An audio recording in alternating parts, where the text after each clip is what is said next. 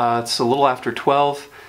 I'm going to try to go to the Mac and see if I can get a run in this afternoon. It's supposed to snow like crazy over the next 2 days, and it's like 60 degrees, so I gotta try to squeeze this in.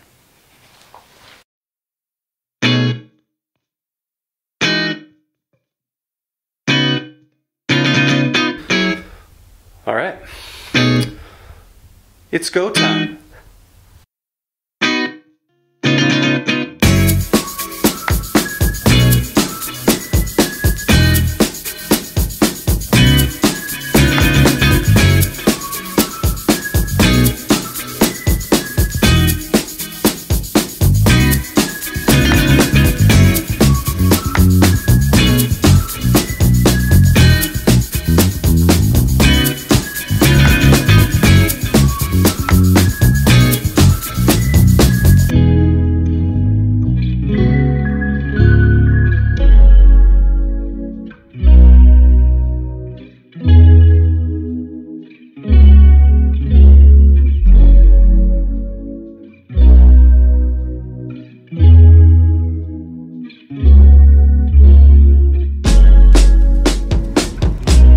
That was good. Back to the office.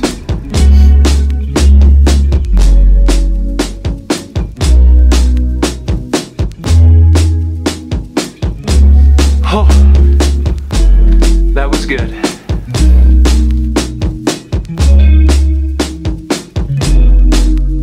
Oh, so I know usually when I go on a run, I can talk about our passage on the run. Not when I'm running up those hills. Welcome to day 76. We're looking at Deuteronomy 24 through 27. Once again, like yesterday, there's a lot going on here. A lot of miscellaneous laws, different things like that. We'll go over that briefly, but I really want to hone in on chapter 26. Chapter 24 starts out with instructions concerning divorce. Jesus also talks about this very briefly in Luke 16, verse 18. Then there's more various laws in this chapter, such as newlyweds are to spend their first year together, that the husband is not supposed to go out to war or participate in any public services. If you catch a thief in the act, you're supposed to put him to death. All kinds of different miscellaneous laws.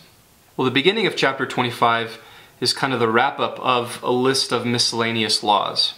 But when I was reading this, verse 4 is very interesting because I've heard this verse before. Verse 4 is, "You shall not muzzle an ox when it is treading out the grain." This is actually quoted twice in the New Testament.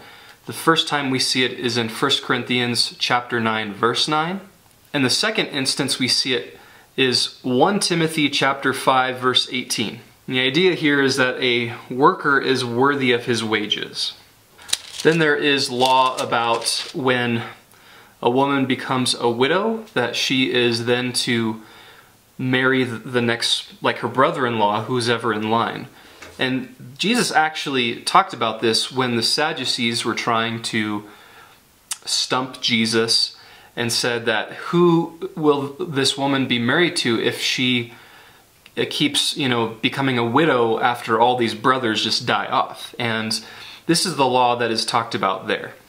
And chapter 26 is the instruction about the people giving their first fruits of the land that they're going to possess, and how the reason they were to do this, it was to remind them of God's graciousness to them and how He delivered them out of Egypt. He tells them that if you keep these things and you do these things and you tithe the land, even though you're giving a significant portion of that land to the Lord, to the Levites, that the Lord will bless, He will provide. It's not like some prosperity gospel doctrine, but we see that there is blessing in obedience here. Then chapter 27, we kind of turn away from this teaching narrative that Moses has been doing over the last several chapters, and now go back to really a historical narrative of what it is that they're doing.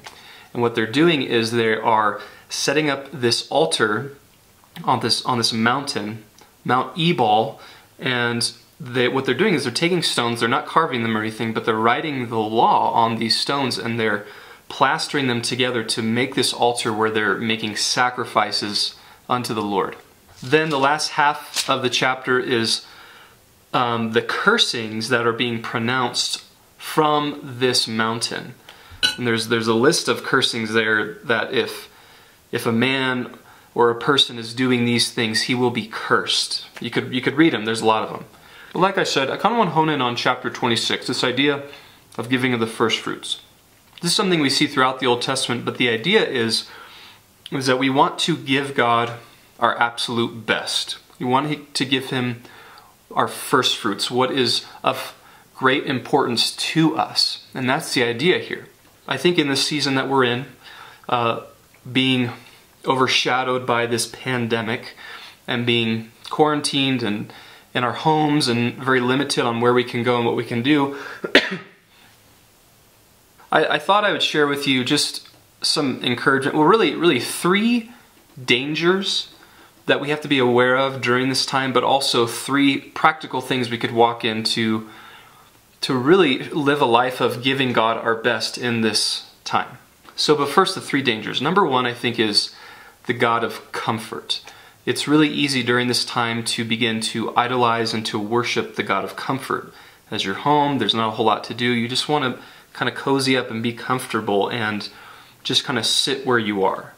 And anything that is sitting and not in motion, that is in this state of being comfortable or idolizing this God of comfort, it will grow stagnant and stale and gross. Be aware of that. Second thing is the God of entertainment. Man, Disney Plus, awesome. Netflix, great. Amazon Prime, you're pretty good. Hulu, all these different things.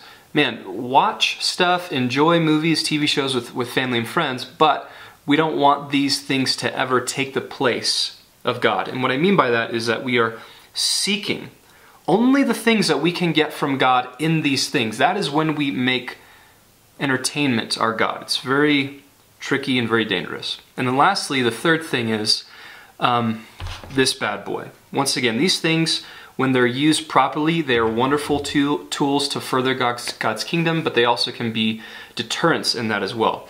This is my one encouragement for you. Well, maybe 2. 1, don't let this screen be the last thing that you look at before you go to bed at night. Of course, unless you're reading the Bible or something with this, but don't be fidgeting around on the different social media platforms, YouTube videos, whatever. Just like read a book or maybe work out, take a shower, then go to bed. Don't get so caught up in being stuck to this thing, like it, being just right there all the time. And the thing that goes along with that is when you wake up, don't let this be the first thing that you look at, unless it is something that it is encouraging and biblical and building up. But even if you are doing that, I encourage you to grab an actual physical Bible to read that before you go to this bad boy. Now, here are 3 things that I encourage you to do to really live out this idea of giving God our best, giving God our first fruits in the midst of this season. First thing, pray. Pray a lot, like talk to God. I think one of the things that I'm learning personally from God during this time is how much I have neglected just abiding in the presence of God. And we have ample opportunity during this quarantine, during this pandemic, to just abide in the presence of God. Pray, read God's Word, just immerse yourself afresh in God's presence. Second thing is share. Phone call, FaceTime, Zoom, whatever it may be, social media outlet, just share, like specific with, it's cool to share it like on your Facebook page or Instagram, like this is the passage I read, cool, or Twitter, but I encourage you to pick a particular person. It could be someone in your house, it could be someone outside your house, and just share with them really quickly, this is what God has been teaching me lately. And then thirdly, serve. I just encourage you as you're around the house, your parents are doing a lot of work, just serve them in some way. Your spouse is working hard, serve your spouse in some way, just something very tangible, very practical. just serve. I hope those were encouraging to you. If you have any ideas, good things to do, important practices during this time, I encourage you to put them in the comments below. I'd love to hear from you guys. But for the time being, be encouraged, and we'll catch you later.